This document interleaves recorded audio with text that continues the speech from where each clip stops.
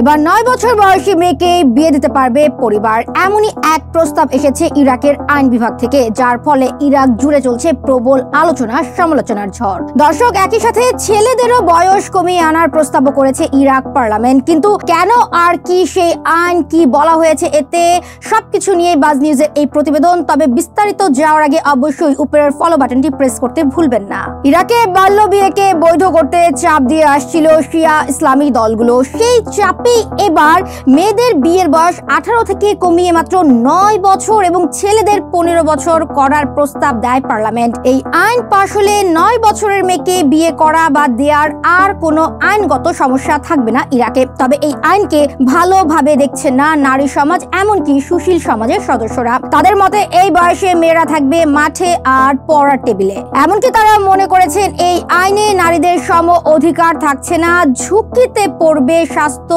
বেড়ে যাবে মৃত্যুর হার। এই আইন নিয়ে ইরাকের বাহিরেও সমালোচনা হচ্ছে। দর্শক, আপনি কি মনে করেন ইরাকের পার্লামেন্টে আনা এই আইন কতটা যুক্তিযুক্ত হয়েছে?